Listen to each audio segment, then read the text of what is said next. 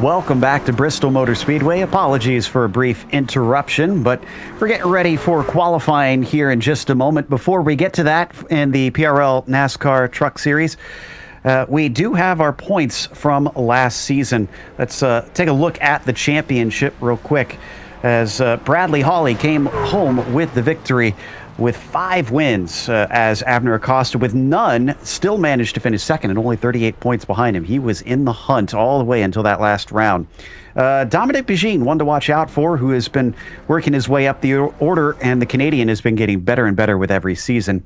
Walter and Chatley rounded out our top 5 in a very tight battle down in 4th and 5th. What about the team's championship, Chris? Well, that Whataback Overdrive Racing team had a very solid season, coming home at the top of the championship over the Next Level team, which was a good ways back.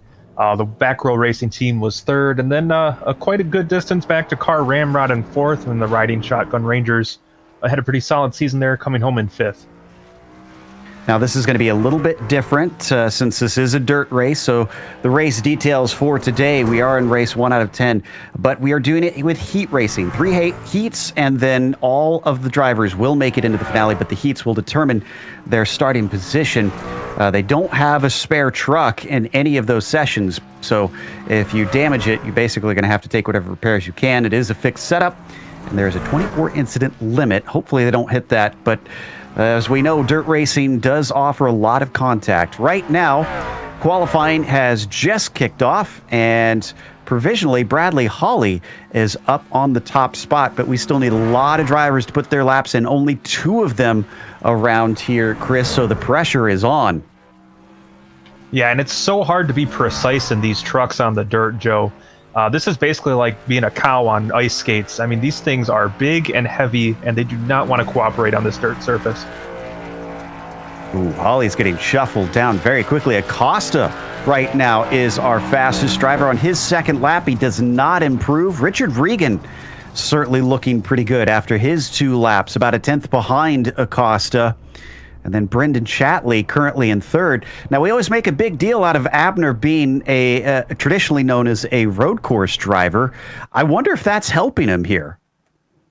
There is definitely some traits from the road racing side that could be carried over to the dirt. The throttle control, for one thing, as well as the ability to know where to go. I mean, this is basically like racing in the wet, right? Yeah, that's a good point. So trying to make sure and measure your grip from lap to lap, since that's going to be changing constantly. Austin Hunter just finished his second lap, and a 19.8 will only bring him up to 16th. Waiting on a few drivers to put some laps in, but I'm wondering if they're going to elect to simply start from the back, and they're running out of time with only 30 seconds left. Yeah, you got to think this is a pretty different discipline from what some of these drivers are used to, so it wouldn't surprise me too much if some guys elect to not put a lap in and just kind of putter around at the back and get a feel for it.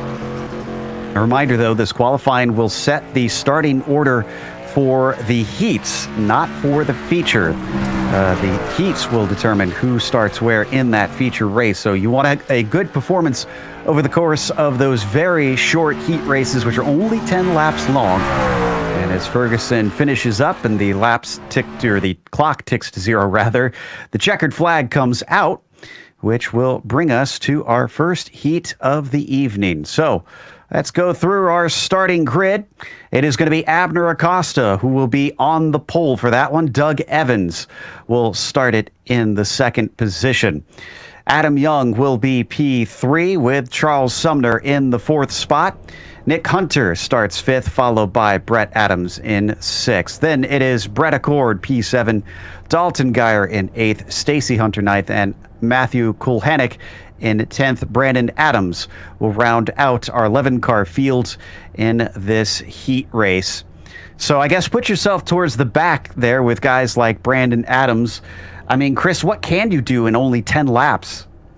Well, you got to think with your starting position on the line, and the fact that there's probably not too much dirt experience through this field, what you're going to want to do is survive. You got to be there at the end, and you have to be able to live to race in the next event. So make sure to keep your head on a swivel and maybe take it a little easy at first and feel it out. Also, Joe, I gotta have a laugh at this. one of the advantages to iRacing is you got a chance to get some insight on what the drivers are saying. And after qualifying, Abner Acosta had the the very pointed comment of "WTF, I'm first." So apparently he was not expecting the type of performance he had in qualifying today. To quote a poster that I saw a lot growing up, it's amazing what one can do when one doesn't know what one can't do.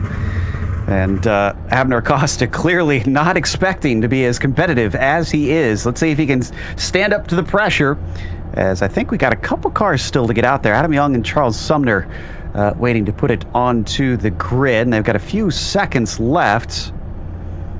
So hopefully they will pop out there, or they will have to start from pit lane. And I don't believe I saw any penalties here for drivers. There we go. The very last moment, they plopped themselves out there amongst the cars, the other trucks, and they'll have 2 pace laps behind the pace truck, and then they will get going for 10 very quick laps here around Bristol. I gotta say, we have some updated paint schemes for this season, and some really sharp-looking trucks out there.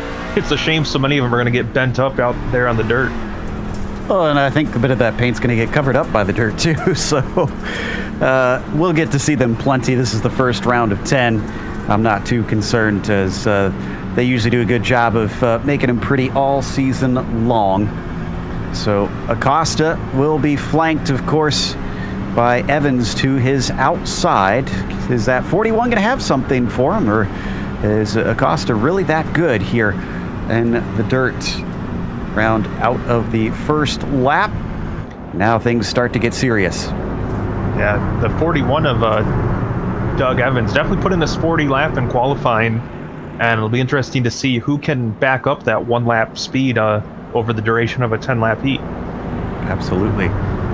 The constant changing surface of the dirt, even in only 10 laps with 11 cars, is going to look markedly different. However, I will note that they will refresh the track after every heat to 50%, so don't need to worry. It will come back to a usable state. Otherwise, it would just be an absolute mess. Granted, in the feature, no such luck, because it's 70 laps for that one, and all cars will be on track as the pace truck is off the track and the green flag is out.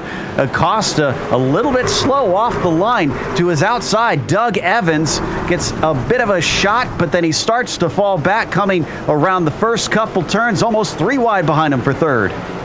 What a tremendous start by Abner Acosta to jump out to probably a 5 or 6 truck length lead there off the initial start. Things are settling in amongst the top 4. Still a battle between Brett Adams and Nick Hunter. Nick Hunter slides up in front of the 23 and gets a shove from behind. Adams now fighting side by side with Accord instead. One fun thing about the dirt, I've seen probably 3 or 4 trucks clobber the wall through the turns in that first lap, and nobody spun out. Everybody's still rolling. In fact, Doug Evans clobbered that wall and didn't even lose a spot. So Accord looks like he's going to lose out as Brett Adams manages to solidify 6th. But look at the rear of Nick Hunter's number 109. My goodness, it's a good thing that aero is not important here. Yeah, that is very nice to see that handling would be premium here, because yeah, these trucks are going to take a beating, Joe, as we just saw there. I was just about to say, the 23 illustrating your point. And Nick Hunter actually going to go by Charles Sumner. This is for 4th spot. Manages to get inside of him. And is he going to pull the slide job yet again? Not quite. He holds it down low, but the 98 can't hold on to it, and he falls back to 5th. Ooh, 109 up into the wall, riding the wall there for a minute. And Joe, it's a good thing the iRacing doesn't rely on line scores, because some of these numbers are getting a wee bit obscured. Yeah, absolutely. And looks like Hunter's going to have to fight off Sumner, who's coming back at him already halfway through this heat race, working down low. And the 98 can't quite pull it off. He can't keep the momentum up down the front stretch. Oh, and a attempted slide job by the 98, and he goes around. Ooh, drives. Is that Nick Hunter? That's Nick Hunter, who is at the bottom. And he's going to get it turned around, no caution. And Abner Acosta getting close to lapping him because of that big mistake. Up at the front, Abner leading by about 3.8 seconds. He's backing up his qualifying performance. Here you can see him catching up to Hunter. Yeah, that is happening in a hurry as well. Going to have a white flag this time by for Abner Acosta. All he has to do is bring her home from here across the start-finish line. The 5 looking at a heat victory. Boy, it'll be wild if he takes an overall victory since he didn't win a single race last season. And it's been a moment since we've seen him at the top step of the podium. He'll top it this time. Heat number 1 is going to go to the number 5 here today at Bristol with Abner Acosta winning. Looks like Evans takes second. Brett Adams with a third. And, across the line, Adam Young, I think, snuck by Brett Accord. So Young in a 4th, Accord to 5th, Hunter with a 6th, and Sumner in 7th. From there on down, drivers having a bit of a bad day. Adams, Geyer, Kuhanik, and Hunter rounding out your order. That will, of course, bring us to the next heat of the night, another 11-car field. On the top of that one, we've got Richard Regan Jr. He'll be flanked by Daniel Knight to his outside in 2nd, and Bradley Hawley, unusually low qualifying for him, in 3rd. Apparently not as competitive on the dirt. Danny Cervantes will start from 4th with Thomas Sink in the 5th position, Austin Hunter in 6th, and Daniel Ferguson in 7th. It'll be John LaBaff on his outside in 8th, Mike Richter in 9th, and Josh Conker in 10th. Last of the field will be Colton Lane. Lights now starting to tick on as we're racing under the lights. One thing that I am noticing that it looks like, at least with these few cars thus far, Chris, it doesn't seem like the visibility in the dirt is too bad currently. Yeah, that may change once we get a full field out there, but also as the race goes on and loose dirt, so to speak, gets blown away, I think we'll see that visibility issue probably not last too long. And of course, once the track rubbers in more too, it's going to basically be a glorified pavement track. It's a little bit slippery. Other than the fact that we could see a cushion develop. That's one thing iRacing is really good about with making their dirt surfaces realistic. And once that cushion develops, if you end up running into that, you're going to have a bad time. Well, let's see if Richard Regan Jr. can have a good time starting from the pole as he leads the field around Daniel Knight to his outside. And last time, it was a pretty easy shot. I say easy, but that's relative, honestly, for guys like Acosta. For him to go from lights to flag, didn't relinquish the lead at any time, had a little bit of a challenge off the start, but then once he was ahead of 2nd place, he just started gapping him lap after lap. Will the 17 of Daniel Knight be able to give us a different story? We'll have to wait and see.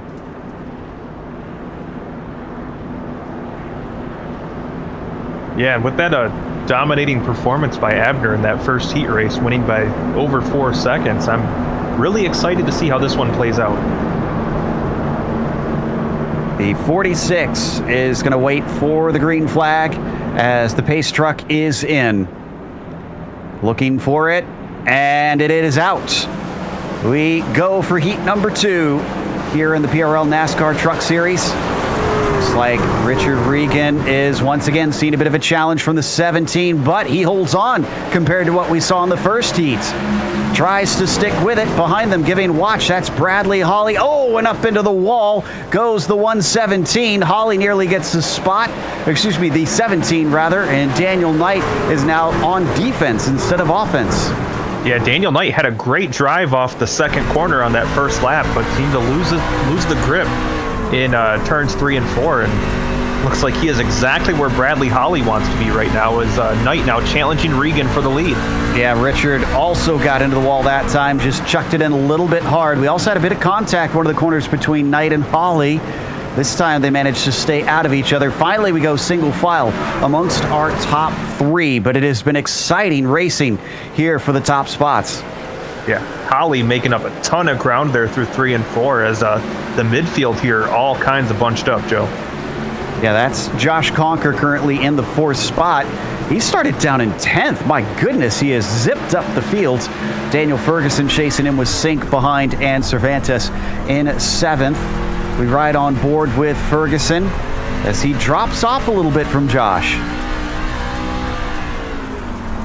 Yeah, and we see that 676 truck. One thing that's cool about that, Joe, is if he ends up flipping like some of the people on the dirt at Bristol have done, it'll be a 9L9 truck. So won't be quite the same.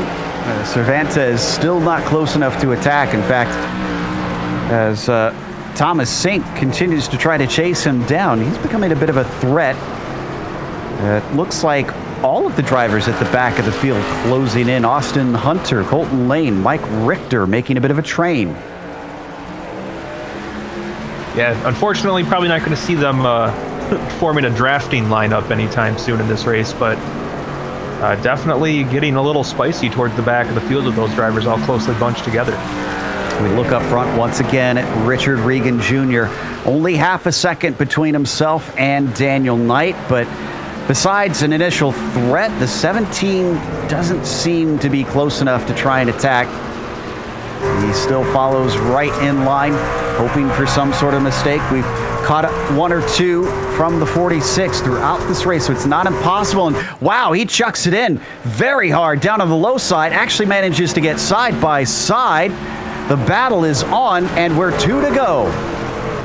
Yeah, Regan, I don't know if he just overdrove that corner or what, but definitely left the door open, and Daniel Knight felt more than obliged to walk through.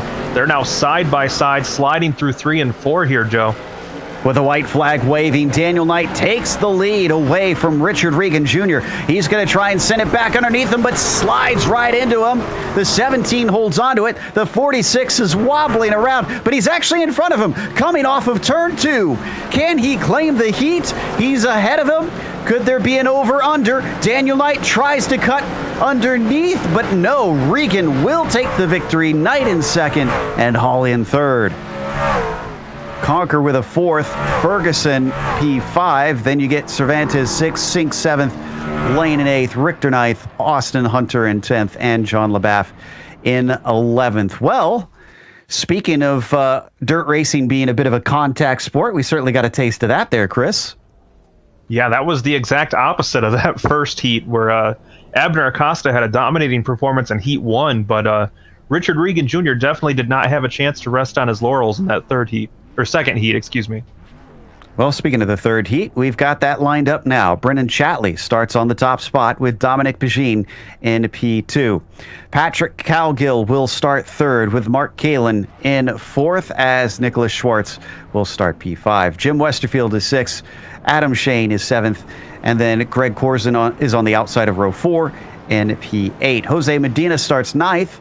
Adam Zimke in 10th. And Baron Hilton rounded things out in 11th, the last of our qualifying. Okay, so 2 distinctly different flavors of heat racing. What does that make you think we're going to see here in this last one? Well, Joe, after the first 2 heats, I got to say, much like finding shrimp tails in your Cinnamon Toast Crunch, I don't know if we can expect it. You had to go there, didn't you? Had to bring that imagery back to my head. It's just so timely. All right, first lap done under pacing. And Chatley looking to get himself well ahead of Dominic Pagine. And that number 59. Already seen a few drivers kick off the season on the oval side here in the PRL with the Cup Series, which took place at Atlanta earlier this week. That gave us some exciting stuff. And a fascinating finish with a late caution. But Brennan Chatley, not concerned about the past anymore. He's concerned about looking forward and seeing what's in front of him. Will that be the checkered flag, or will it be the dust of a driver ahead of him? Pace truck is in. And the 59 is off as the green flag waves, but he spins the tires up a bunch, and it looks like the 31's going to plow into the back of that car as they start accelerating away. Almost slides up into the 31 of Patrick Calgill. This is checking everyone up behind it. It is a clogged track.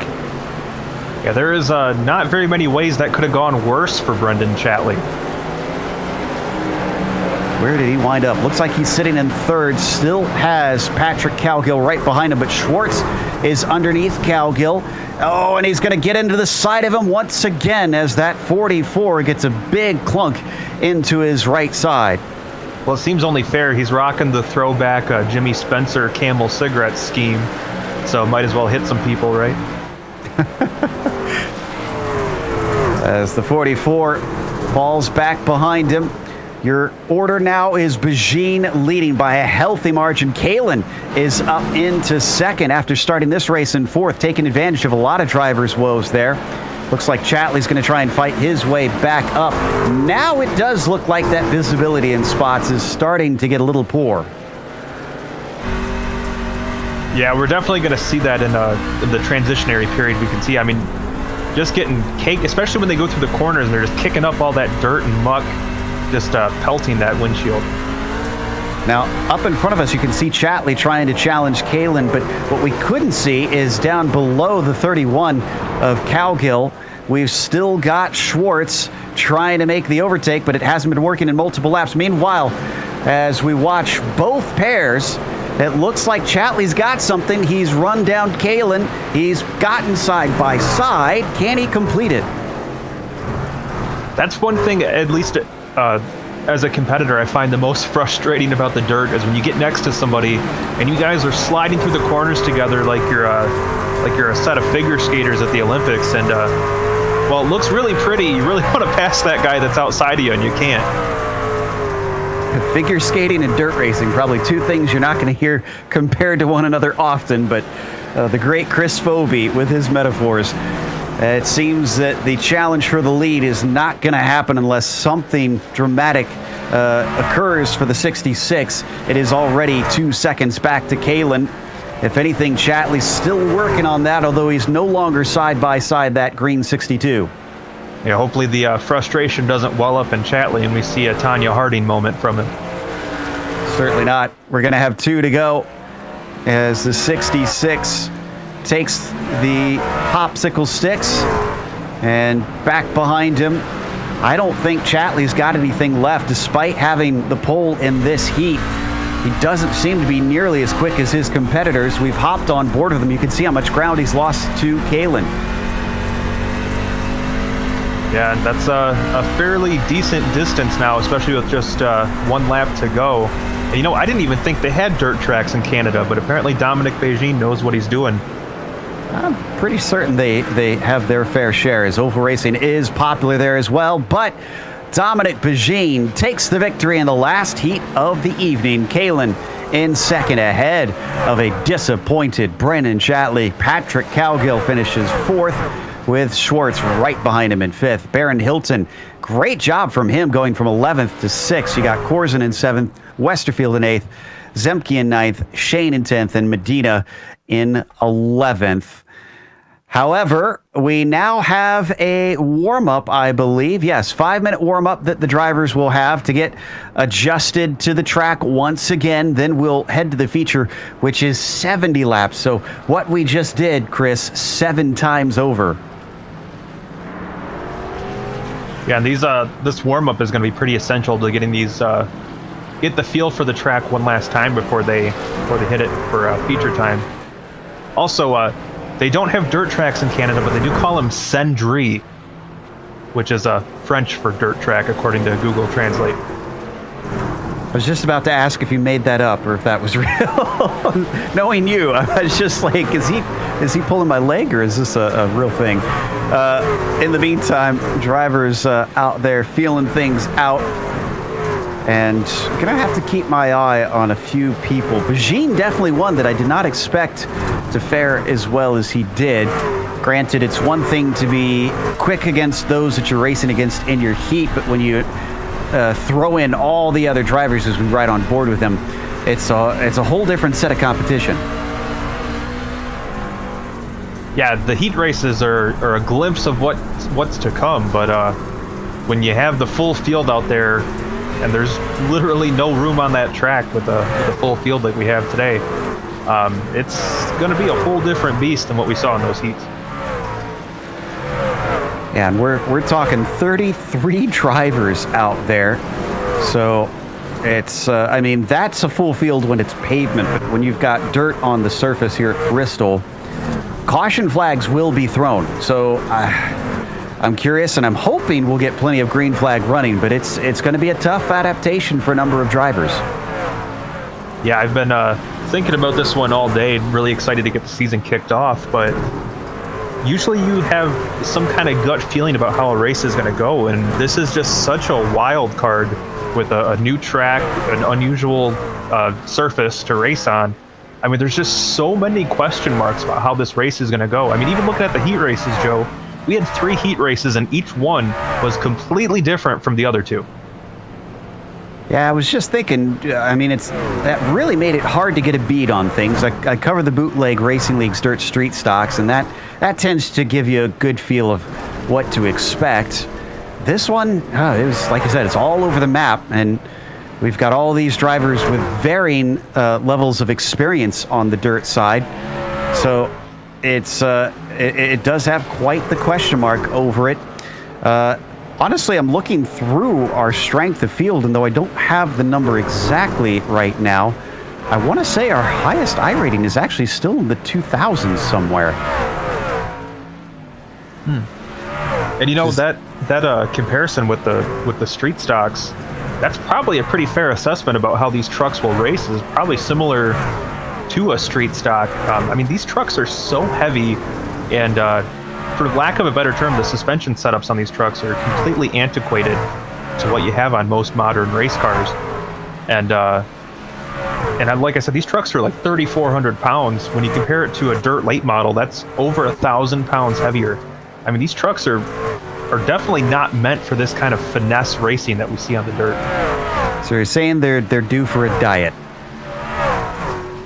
Yeah, pretty much. I mean, that's one of the reasons why when the NASCAR trucks were going to Eldora, you'd see the diehard dirt people talk about how slow they are. And that's really because comparatively weight-wise and technology-wise, these trucks are pretty much closer to a street stock than a dirt late model. I mean, they're big, they're heavy, and yeah, they race like dump trucks. As we've been getting reports from the drivers. So let's hope nobody backs it up like one, as I see a little bit of an incident there with Stacy Hunter and Bradley Holly coming out of 4. Obviously, no pit stops expected or scheduled in this race. It should be right from start to finish without any need for fuel or tires. But we still will have cautions that could potentially happen. I mean, if we can go green from start to finish, all the more power to our drivers. I can't say I would bet on that. Yeah, that's a pretty fair point here as we wind down the final seconds of this practice session, or warm-up session, I should say. And looks like Daniel Knight is top of the charts here in this little fun run. With Holly in second by very little margin. Richard Regan Jr. also actually less than 3 thousandths behind Bradley Holly. It's going to be a fun one. The checkered flag comes out, and the grid starts to put their cars out on the front stretch. So with that, let's go through our starting order for the feature today. Abner Acosta has it on the pole with Richard Regan Jr. starting in second. Dominic Pagine with his heat win will start on the inside of row 2. Doug Evans starts 4th, and Daniel Knight will be 5th with Mark Kalin in P6. And then on the next row, it'll be Brett Adams in 7th, Bradley Holly in 8th, and Brennan Shatley in 9th. Adam Young will round out your top 10. Just outside of the top 10 is going to be Josh Conker starting 11th with Patrick Cowgill to his outside. Brett Accord joins the field, and outside of him will be Daniel Fergie Ferguson. Nicholas Shorts will be next in line, followed by Stacy Hunter, then Danny Cervantes, Barron Hilton, Charles Sumner, and Thomas Sink completing your top 20 starters. Greg Corson starts 21st with Brandon Adams in 22nd and Colton Lane in 23rd. Jim Westerfield managed 24th out of his heats with Dalton Geyer in 25th and Mike Richter in 26th. Adam Zemke will be P27. Matthew Kulhanek will be 28th. Austin Hunter will be 29th and Adam Shane 30th. Finally, the drivers who finished last in their heats will be Nick Hunter 31st, John LaBaffe 32nd, and Jose Medina in 33rd. This is going to get incredibly slippery out on this track. Expect it to get torn up quite quickly. So who can pay attention to where the racing line goes, who can find the grip out there, and also who can just simply manage to keep these cars pointed forward. Yeah, that's the best part with racing on dirt. You might be able to see what's coming, but guess what? You slam on those brakes, and it's not going to work quite like you hoped. So this race is basically going to be one big adventure for all of us. Abner Acosta, overdue for a victory. Came home with a lot of second places last season in the PRL NASCAR Truck Series. Will that number 5 be able to redeem himself in the opening round? First time of asking, and on a somewhat unfamiliar discipline as well, at least from what we know. Maybe he's been doing dirt racing behind the scenes and he's just snookered everybody. Let's see. Pace car, pace truck comes through 3 and 4. Waiting patiently. There it goes. Acosta, is he on it? Green flag waves. The 5, not with the greatest of starts. Another little bit of wheel spin there for our pole sitter. Not as catastrophic as before. Almost gets a touch from behind to his high side. Richard Regan Jr. managing to get a nose ahead. He carries the momentum off the corner, and Regan's going to have the lead. Oh, and by the way, we were only like 15 wide going into turn 1. No big deal. As we see contact there between Mark Kalin and somebody else. The 23. I think that was Brett Adams. A lot of 3 wide in amongst there.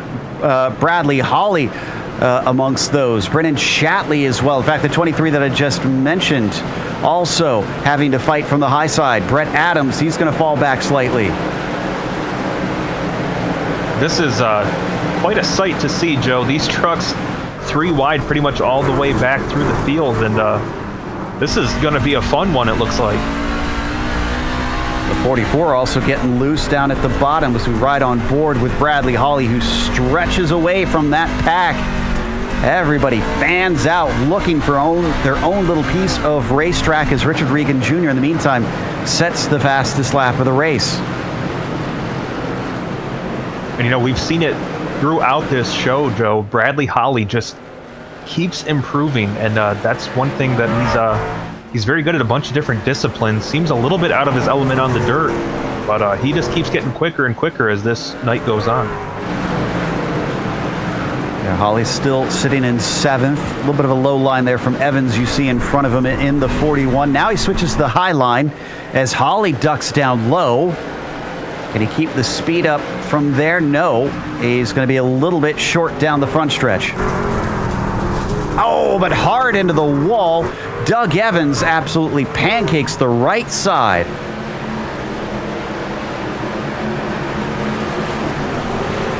And looks like John LaBaffe just came into the pits. I'm not sure what for. Maybe he had a little bit of damage on the truck. Watching from Evans' perspective as he's been demoted down to 7th. We have our first caution. I see Baron Hilton involved. And I think Greg Corzin.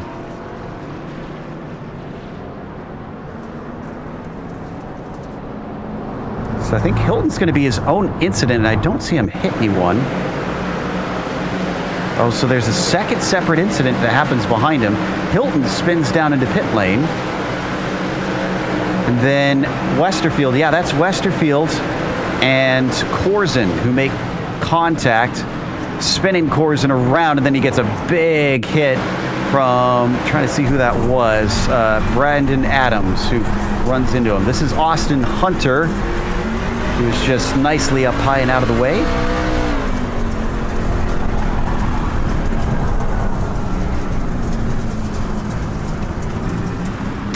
Well, that's our first caution of the evening. Richard Regan Jr., our leader. Abner Acosta getting slotted into 2nd, and Dominic Pagine still hanging out in 3rd. You know, I hate to sound negative, Joe, but we actually made it further than I expected on that first green flag run. I guess have low expectations and you won't be disappointed, right? That's what I tell my girlfriend. As the drivers work their way around. The hit was so hard for poor Corzin that he's blown an engine. Remember, they do not have a spare truck, so unfortunately he's just going to have to wind up going many laps down if he can even get back out in time. Well, you know, in the actual Camping World Truck Series, I think Brett Moffitt's team changed an engine in like 20 minutes last week before the Atlanta race. Holy cow. They need to go to Le Mans, I suppose. Yeah, and add in a running start to that. As Jim Westerfield just had a drive-through, maybe? He's down on the other pit lane. What's going on here? He is going to pull into a stall. So something happened that he maybe had to get some damage repaired, I suspect. We'll try and catch up on that. He's taking tires, though. Oh, his pit crew's not doing much over there. They must be union. In the meantime, Richard Regan is going to take the restart here with Abner Acosta chasing him. Abner has lost out on the top spot. Is he going to have yet another second place to his name today? We're only 11 laps in, so it's a little too early to be doomsaying. And looks like we are going to go around one more time. I think the lights weren't quite off yet. Well, I mean, in theory, Joe, you get more points in a season if you finish second every race than if you win half of them and finish last in the other half. So I guess if your goal is a championship, I'll take all those second place finishes. Yeah, it depends on your goals. We are going to go double file for the restart. Regan chooses the inside as Acosta will have to restart on the outside. Last time, Abner spinning up the tires on the very first green flag of this feature race. Will he do the same, or did he learn his lesson? Track has changed a little bit, of course. Pace truck is in, but it's an early go for Richard Regan. This may have caught our second place driver napping as Bijin nearly gets into the side of him. Yeah, those two definitely made, if they didn't make contact, they got as close as you can get, but Beijing up into that second spot as he gets a tailgate full of that nose of the number 5. And Josh Conker's already looking at third, too. He's almost going to get a tip from the 17 of Daniel Knight. Such close racing amongst our top trucks, but still nobody has turned anyone else around among them. So it's clean for the time being, and Holly also almost turns around Daniel Knight. Well, you know, Joe, he is a new name to the series, but apparently we were sleeping on Josh Conker. I don't know if he's a dirt dauber, so to speak, but he has been very impressive. Started 10th in his heat race and had made it up to, 4th in the first lap, and started 11th here today, already up in third, and not too far off from challenging for that runner-up spot. And here you thought the Canadians didn't have dirt tracks. He's another Canadian, and he's on the podium. In fact, let's see, where is Regan from again? He's from New England. So we've got 2 Canadians and a New Englander, but, I mean, the Northeast certainly has its fair share of dirt track racing as the 46 continues to lead the way, but only a gap of 0.3 of a second ahead of the 66.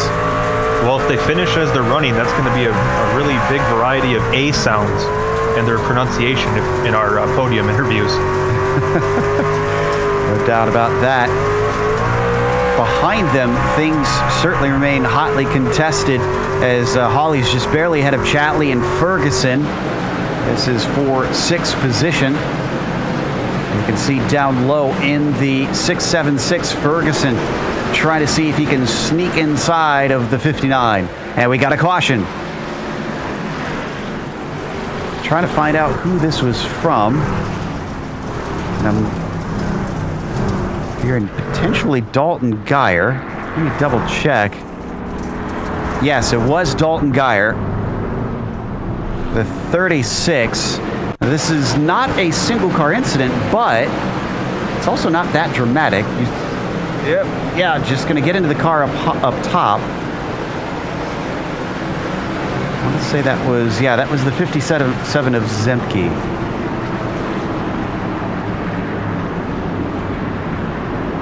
Something so easy to do, especially on the dirt side. We're already going a little sideways, Chris, is just rotate the car too much and it triggers the iRacing stewards. Yeah, and that's not too out of the question in dirt racing to get the truck basically perpendicular to the way you want to run and not actually be crashing. I think that's the right word, perpendicular. I wasn't good at geometry. No, you had it right, perpendicular to the track. That was one I always remembered well. Parallel if anyone can tell me what a trapezoid is, I'm 30 years old and I still haven't quite figured that one out. That's one of your muscles, isn't it? I think I broke our director with that joke. Okay, so that was about the same amount of laps as we had last time, though, Chris. I'm hoping that's not a trend because I don't really want to see a caution every 10 laps. Yeah, but it would be nice to be able to set your watch by it. But we want to see racing. We want to see green flag running for as much of this race as possible. And want to see a fun time for a lesser used style of racing here in the NASCAR Truck Series for PRL. They maybe get one a season every so often. And this is brand spanking new. This track only having been run in real life just a couple nights ago.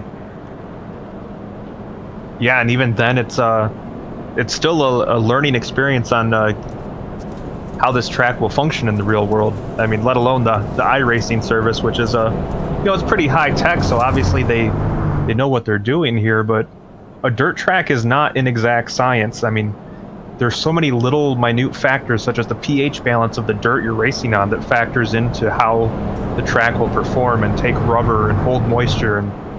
And I know the crew at Bristol did go through a lot of research and effort to find the perfect compound of dirt to use on the track, but it's not an exact science, and well, it is an exact science in the sense that they're pH balancing the dirt that they race on. I mean, back in the day, it used to be whoever could clear their cornfield and drive in a circle.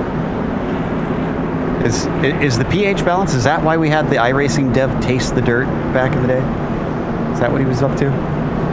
I think he might have just been a little bit special. Well, Regan is feeling special because he just got the green flag and gets a huge jump over Dominic Pagine as Josh Conker, his fellow Canadian, is going to look to the inside, but he's slow on that bottom line. Is he fast off the corner? Not quite. Still a little side by side, something of an overlap down into turn 3. 54 likes that very bottom line, like you were saying.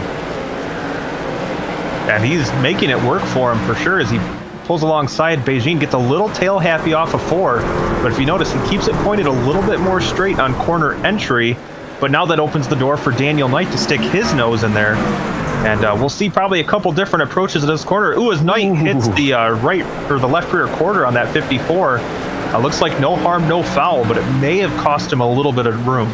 And everybody behind kind of scattered a little bit. We got another caution, and it looks like Mark Kalin, I think. He's stopped at the bottom of turn 4. Yeah, he's going to get into it, I think, with the 98 of Sumner.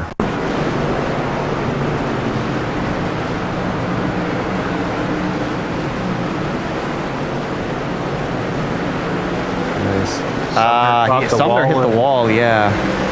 Then they just got tangled up together.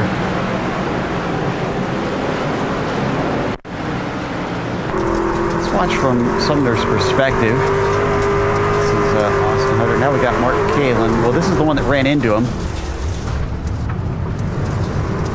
And the barrels. Well, unfortunately, this is not Donkey Kong, and you don't get bonus points for smashing barrels, so you'll have to start back over from the tail end of the field. We've only lost Greg Corzin. Kulhanek is in pit lane taking repairs currently, so is John LaBaff.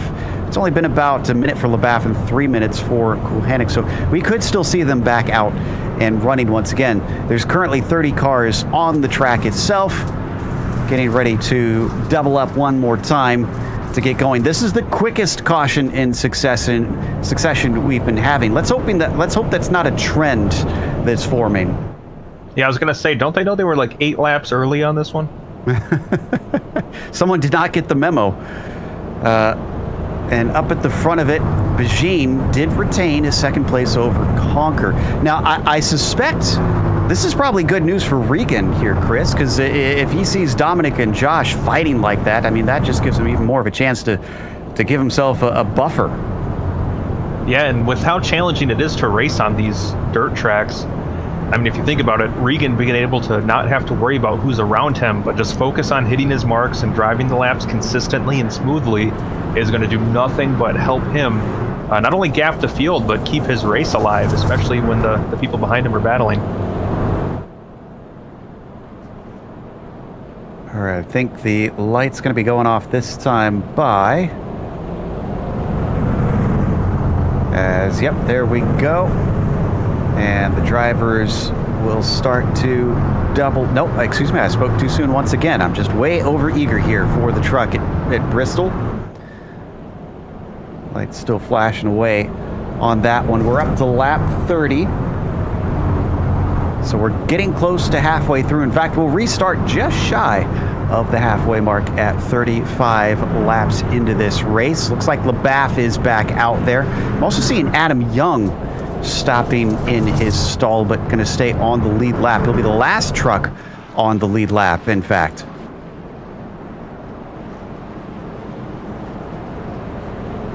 Yeah, and, you know, for as many cautions as we've had, we haven't really lost too many trucks so far, Joe. Well, you know, you talked about how these trucks can seem slow compared to most dirt cars, and I wonder if that has anything to do with it. Whenever we have these tracks where the speeds don't get very high, I mean, if you can't go fast, then the wrecks aren't going to be that intense. So maybe it's prevented too many instances of terminal damage. So we ride on board with the 17, looking it up at the traditional Iron Maiden livery of Dominic Bajin. Regan once again goes very early. Green flag is out. And once again, this means our battle for second is looking tight down into turns 1 and 2 as Conquer tries to see if he can overtake the 66. No, they're going to get into a straight line. The 17 of Knight behind them in fourth. Now, I've watched him the last few laps we've had under green. That 54 truck of Josh Conquer is really running differently than the other drivers.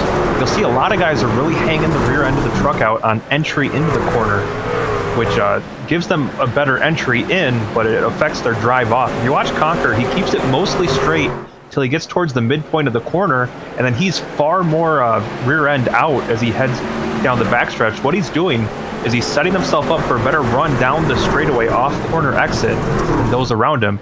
And you'll see he does get a pretty good run when they head down the straightaway. Oh no, we got a caution. It's Acosta. Acosta was at the start of this one. Abner was turned around when he went a little hot into the corner, and I think Sumner is going to tip him.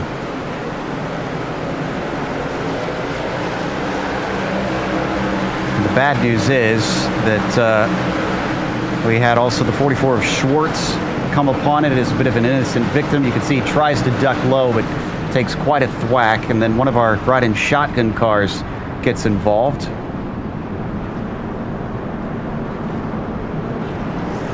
Let's see what Schwartz sees. If there's any sort of way. Got a little bit of a different truck's view. That was one of our rescue racing machines. Not sure who that was.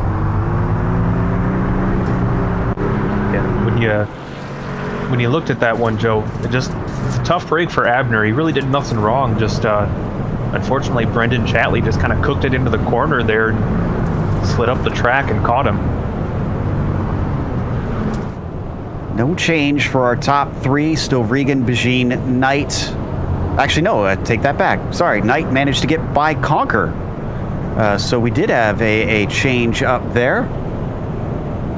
Yeah, right about the time of caution, those guys were, I think, about 3 wide with him, and it must have been Holly given how things shook out, but they were 2 and 3 wide there at the time the caution came out. But unfortunate for Josh Conquer, who's really made that inside line work for him today. Gonna have to restart in P4. So as we ride behind the pace car. Let's take a quick break here on the Global Sim Racing channel. We've still got more left to come here at Bristol for round 1 of the PRL NASCAR Truck Series.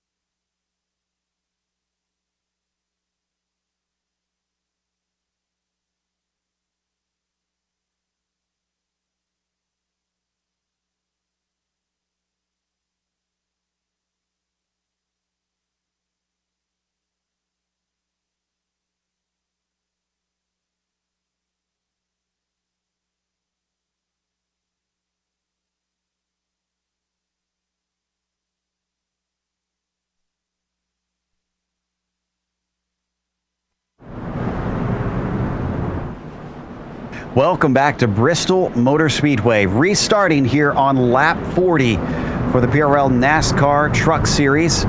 It'll be Richard Regan Jr. who will have control.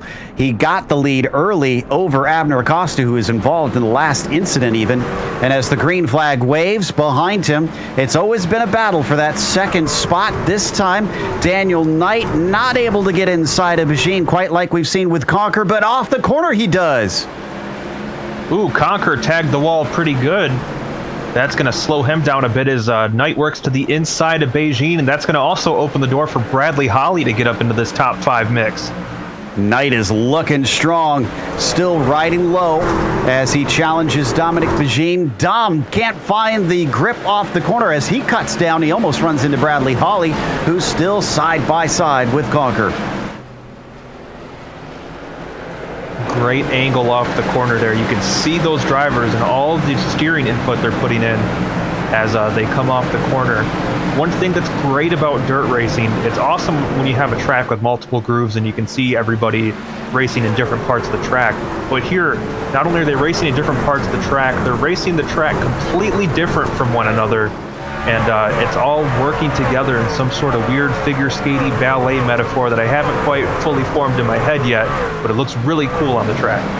Ooh, saw Doug Evans there up into the wall through 1 and 2, but he manages to get away with it, doesn't lose any spots. As we watch our top runners here, honestly running similar lines. Gonna watch from a little bit farther back in the pack here. And once again, way up to the wall, Doug Evans likes that high line, flirts with the outside. Behind him, that checks up the 31 and the 23. Yeah, and you can see he gets a great drive off the corner there, Joe, and allows him to clear Cowgill and to get a little bit of breathing room as he heads off into the corner. Whoa, and coming together, Evans gets tipped around by the 23. Caution is out. I think this is just going to be one truck turned around. Yeah. Yeah, nice little pirouette from Doug Evans. Wasn't a triple sow cow? No, and unfortunately, I don't think he stuck the landing. Well, to be fair, I think he did. He did a perfect 360 here. Going to see him get the little touch from behind, and then doesn't panic, sees a whole bunch of trucks coming towards him, which is not usually the visual you want, but Evans, Evans whips it around perfectly. I mean, the Russian judge was a little picky, but otherwise I'd say that was a pretty good move. They had that miracle flow going there and just didn't let anything stop him today. Once again, we find ourselves plagued with another caution here in round 1 of the PRL NASCAR Truck Series. And number of drivers have been able to make up positions, but some are starting to lose opportunities as the yellows are packing closer and closer together. Some of our hard chargers, though, include guys like Adam Shane, the number 65.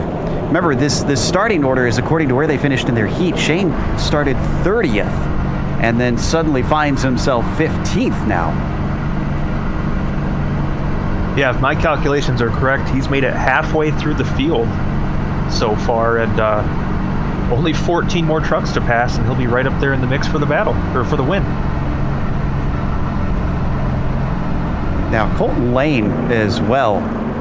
Both he and Mike Richter have made great inroads. Colton Lane up from 23rd to 11th, so 12 spots improved. 13 for Mike Richter, up from 26 to P13. So they should certainly feel proud of themselves there. Obviously, still with so many cautions, still a lot of trucks on the lead lap right now. I think 27 of them still running on the same lap as our leader. Yeah, all these cautions in quick succession definitely keep the trucks on the lead lap plentiful. Still waiting for the lights to go out on the pace truck. So it looks like we'll restart past lap 50, which means we are starting to get a little bit closer to the end. We've lost a few more, unfortunately, with some of these cautions. Kulhanek has DNF'd. LeBaff, I think we mentioned, has been gone. No, actually, we haven't mentioned that he's gone. He went back on track, and then I guess he had more issues. Brandon Adams has been in the pits for 8.5 minutes. So I'm not sure that we'll see that 43 out there again soon. If so, he'll be many, many laps down and not going to be much of a chance for a decent finish for him. As the lights go off on the pace truck, here we go again, Chris. Yeah, this is going to be a good one here. I'm really excited to see how these restarts play out. Each one's been a little bit different, so I'm looking forward to seeing how our leader fires off here for this restart. I'm curious to see if Daniel Knight has anything for Regan. That second place restart position has not been good to many as the green flag waves, and as they accelerate, he still has Bajin down underneath him, but he chops down quickly. Looks like he's learned his lessons from the others as, oh no, Bajin's gonna get turned by Holly. Truck is around. Big wreck. This is the big one. Oh my goodness, they have plugged up the track. And a lot of blown engines. Holly among them. Our current champion is going to find himself with a DNF here on the first round. That started with Bajin just drifting up a little high into Holly, actually.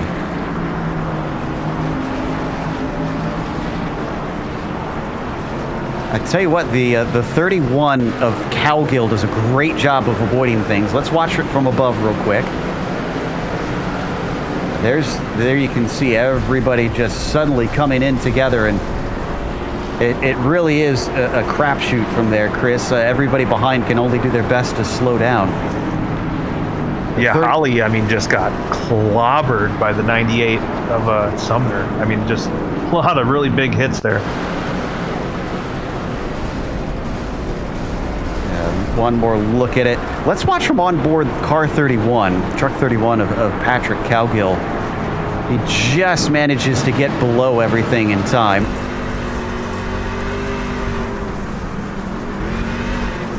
I mean, gosh, from that perspective, you kind of can't even hardly tell that there was a wreck happening until he was on top of it. Yeah, if we had a smooth move of the race award, I think it's definitely got to go to Patrick Cowgill for that one. That was just a heck of a avoidance there. Well, that triple toe loop definitely stuck the landing, and he will be rewarded handsomely for that one if he can keep it together until the end of the race. So many trucks on pit lane. Geyer, Young, Hawley, Acosta, Nick Hunter, Shane is in there. Westerfield, Colton Lane just retired officially even. Doug Evans is in there. Mark Kalin and Stacy Hunter. That's not a complete list of all those involved in the wreck, but a partial list is better than none and gives you some idea of just how massive a wreck that was. Yeah, I mean, just looking at this view, you can see all the trucks parked on one of the two pit roads. And I mean, those are some heavy hitters that were up there in this race too that are out. Have we already gone double file here? It looks like it. I think, yeah. Lights are still on, so they fooled me this time. They're just anxious to get going. Understandable. We're going to be restarting on lap 57, I believe, which gives us only about 14 to go.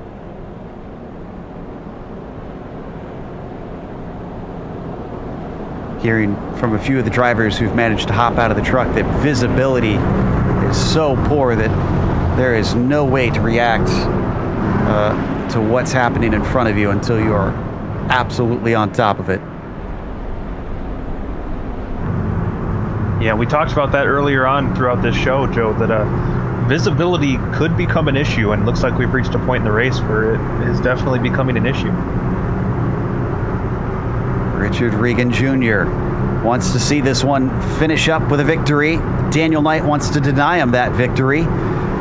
Can he, as they accelerate away? Oh, it's a poor start comparatively. And the 54 of Josh Conker gets underneath him.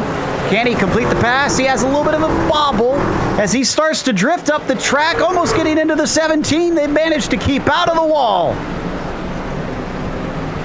And Conker stays with it. He inches ahead, a little bit of contact there, but he's going to have the spot as they come off the turn. Conker already in a second. Oh, and Daniel Knight loses control. He's going to hit the inside wall and get hit. The race is over as the race finishes. Oh my goodness, we ran out of time. Victory goes to Richard Regan Jr. after a truncated race. A one-lap sprint to the end gives Conker a second place. There's the win for Richard Regan Jr.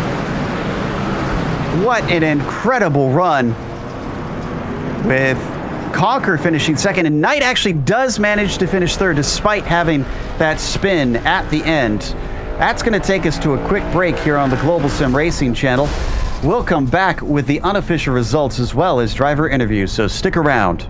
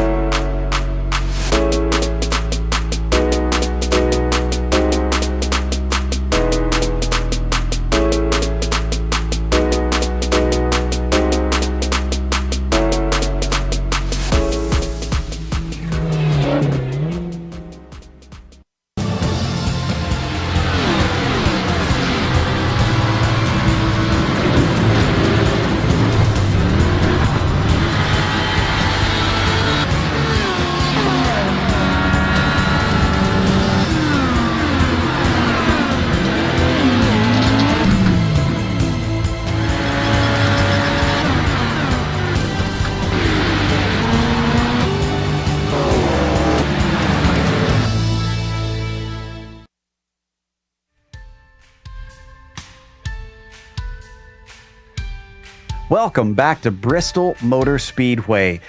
We just had round one for the PRL NASCAR Truck Series, and with the opening round being on dirt, it was a little messy, but it certainly gave us some excitement, especially for Richard Regan Jr. Starting on the front row, he quickly moved himself to the top spot and he didn't look back from there. He took the victory ahead of, ironically named, Josh Conker, who did take second, though, climbing up from 11th. He looked strong, and he'll be one to watch out for the rest of the season, that new face.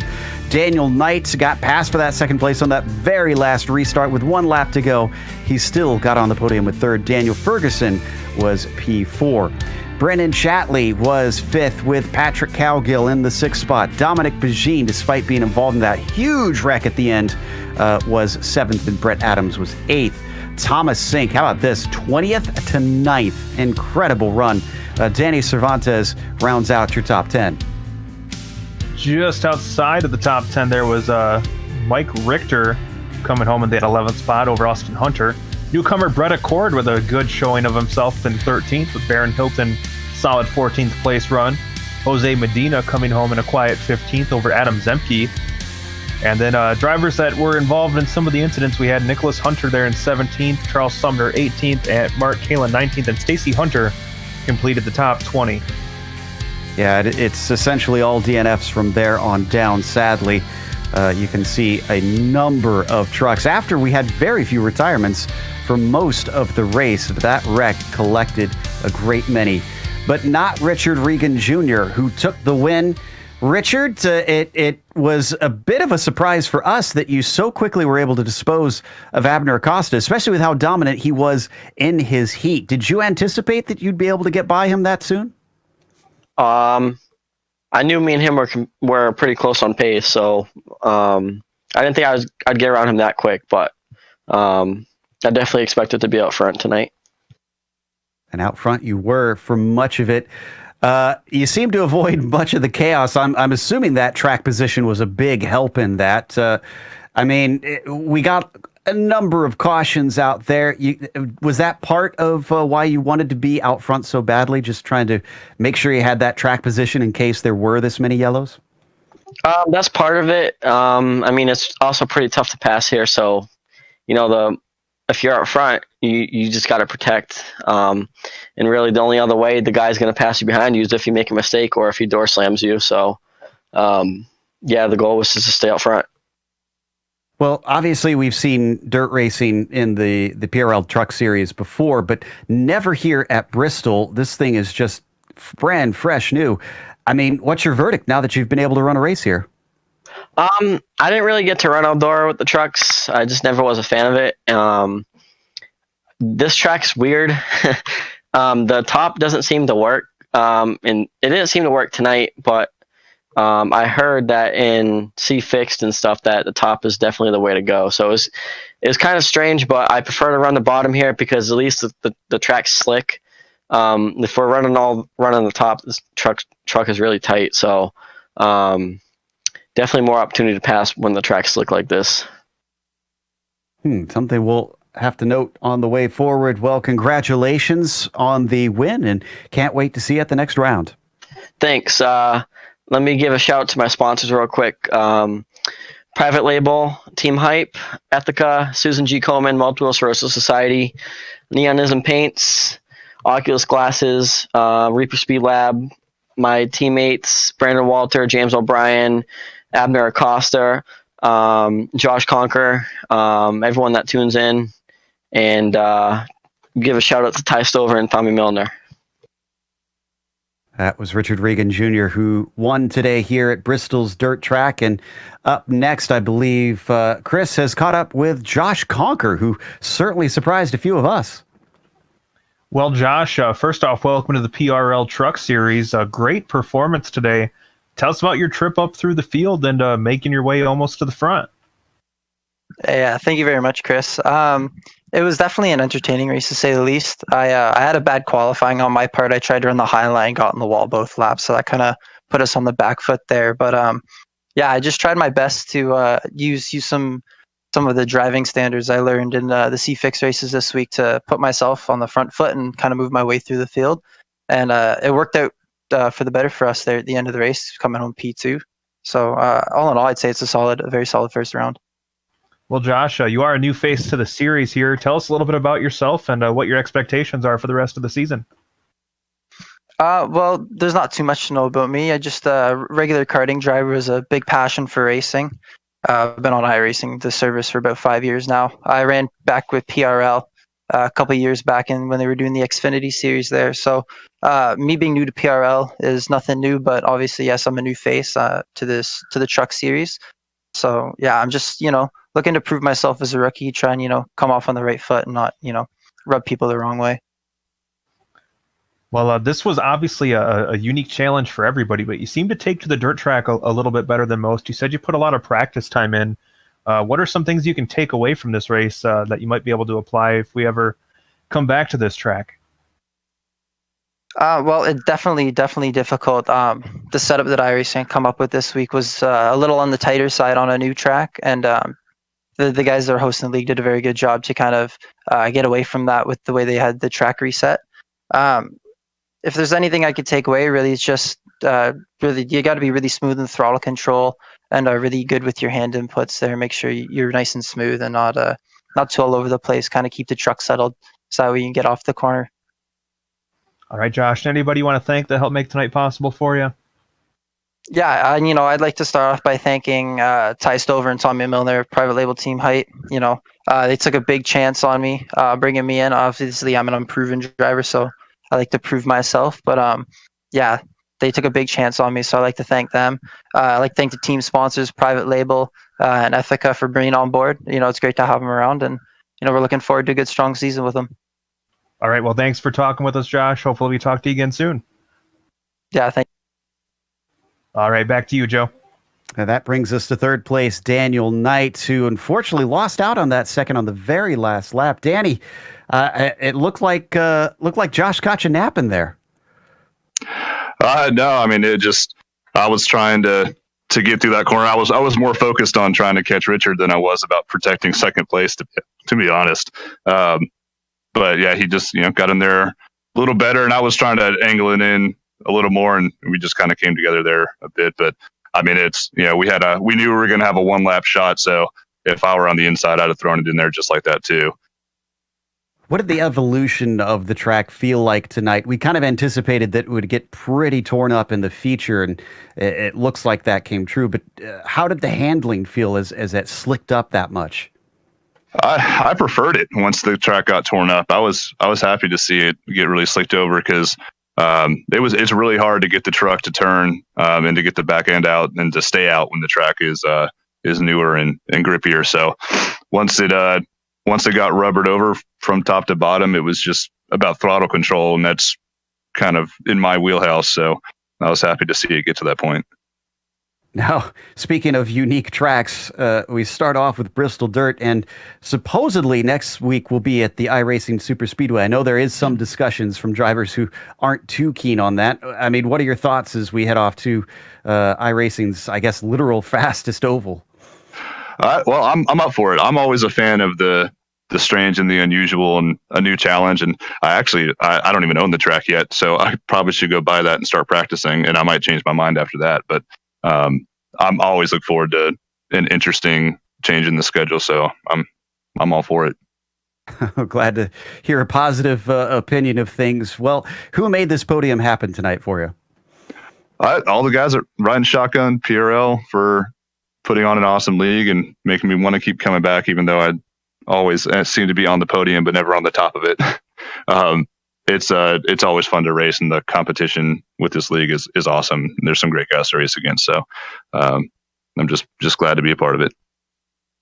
That was third place finisher Daniel Knight, who I'm pretty sure we'll see on the top step at some point, the way he has shown speed in the trucks in the past and still does. But let's wrap it up with some thank yous with our sponsors. Of course, Simulation Motorsports Affinity can be found at SIMMSA.net, and they can help you get a hold of the world of sim racing. And, of course, the longtime sponsor of the series, NinjaTrader, whose website is simply NinjaTrader.com. And, of course, if you've got a sim rig of your own and you want to get all kinds of cool gadgets for it, check out Butt Kicker's products at thebuttkicker.com. Thanks to the companies that provide the software and the hardware for our broadcast listed here on your screen. And additional thanks go to June Lalonde, who provides our wonderful music. See the screen for how to get a hold of more of her great work. And thanks to the team today, Sean, Chris, and Dougie. If you'd like to find out more about GSRC, including upcoming races, you can find it at globalsimracingchannel.com, or you can check out our social media listed here at the bottom of the screen. And don't forget to subscribe to our YouTube channel so you don't miss a moment here on GSRC. The next race, as we mentioned, at the iRacing Super Speedway will be Wednesday, March 31st at 9 p.m. Eastern. We also have upcoming races for other series listed on the screen, so check those out and mark them down on your calendar. Until next time, race clean, race hard. We'll see you on the track.